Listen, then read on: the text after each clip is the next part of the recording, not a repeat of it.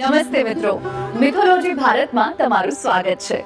ચાલો આપણે આપણી સંસ્કૃતિ અને વારસા વિશે વધુ જાણીએ. નમસ્કાર. ગૌ સેવા આ શબ્દ આપણે બધાએ ક્યાંક ને ક્યાંક તો સાંભળ્યો જ છે, ખરું ને? પણ આનો અસલી મતલબ શું છે? ચાલો આજે આપણે એ સમજવાની કોશિશ કરીએ કે ગૌશાળામાં દાન આપવાની પાછળ કઈ ઊંડી સાંસ્કૃતિક અને આધ્યાત્મિક માન્યતાઓ જોડાયેલી છે. અને જુઓ, આ આખા વિષયનો જે સાર છે ને, એ આ એક વિચારમાં જ સમાયેલો છે. જે સ્ત્રોત પરથી આપણે આ માહિતી લીધી છે એ સ્પષ્ટપણે કહે છે કે ગૌશાળામાં દાન કરવું એ ખાલી દાન નથી. ના, એનાથી ઘણું વધારે છે. એ એક મહાન પુણ્યનું કામ ગણાય છે. અને સાચું કહું તો આ એક જ વાક્ય આખી વાતનો પાયો છે. તો ચાલો આ વાતમાં થોડા ઊંડા ઉતરીએ.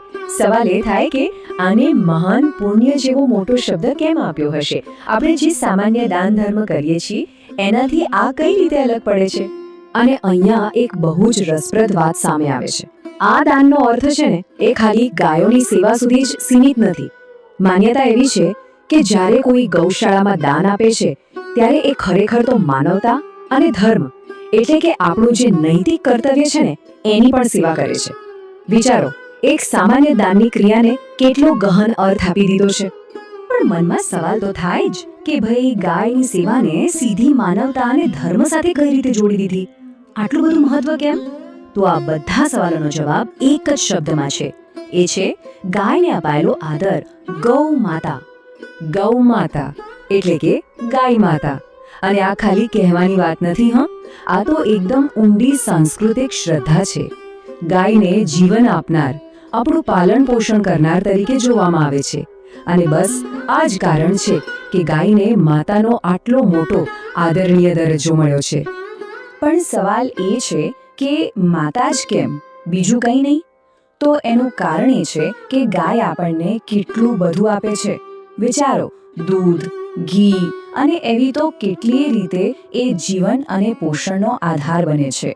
અને આ જે દેખીતી રીતે ભૌતિક વસ્તુઓ છે ને, એ જ આધ્યાત્મિક જોડાણનો મજબૂત પાયો બની જાય છે.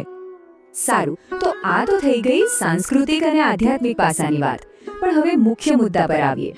જે વ્યક્તિ આ સેવા કરે છે, જે દાન આપે છે, એને પોતાને શું મળે? એને વ્યક્તિગત રીતે શું ફાયદો થાય?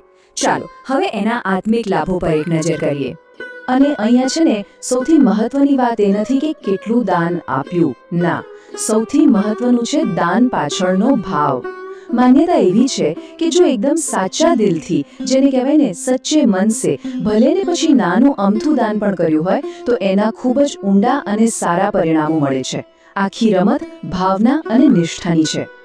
પણ આપણે જે સારા પરિણામોની વાત કરી રહ્યા છીએ એ છે શું? તો માન્યતા પ્રમાણે ગૌ સેવાથી જીવનમાં 5 મુખ્ય ફાયદા થાય છે. કયા કયા? તો સાંભળો. સુખ, શાંતિ, સમૃદ્ધિ, મનની શાંતિ એટલે કે સંતોષ, અને શરીરમાં પોઝિટિવ એનર્જી. એક રીતે કહીએ તો આ સંપૂર્ણ સુખાકારીનો એક રસ્તો છે. ઓકે, તો આ બધી ચર્ચા પછી આપણે આખી વિચારધારાના સાર તરફ આવી રહ્યા છીએ. અને સાર બીજું કંઈ નથી પણ એક આહ્વાન છે. સાચી સેવાનું આહ્વાન. આ આખી વાતનો જે અંતિમ સંદેશ છે ને, એકદમ સીધો અને સ્પષ્ટ છે. એક અપીલ છે કે બને એટલી ગૌશાળાને મદદ કરો, કેમ કે આ જ સાચું પુણ્ય છે અને આ જ સાચી સેવા છે. બસ આ એક વાક્યમાં આખી વાતનો નિચોડ આવી જાય છે. અને અંતે આ આખી વિચારધારા આપણી સામે એક મોટો સવાલ મૂકીને જાય છે, જેના પર આપણે બધાએ વિચારવું જોઈએ કે ખરેખર સાચી સેવા અને સાચા પુણ્યનો રસ્તો છે શું? અને આ એવો સવાલ છે જે આપણને ખાલી દાન આપવાથી પણ આગળ લઈ જાય છે અને સેવા તથા સદ્ગુણના સાચા અર્થ વિશે વિચારવા પર મજબૂર કરે છે. વિડીયોને લાઈક આપવાથી ખ્યાલ આવશે કે આ વિડીયો કેટલા લોકોને ગમ્યો. તો વિડીયો ગમ્યો હોય તો લાઈક, સબસ્ક્રાઇબ અને શેર આપવાનું ભૂલતા નહીં.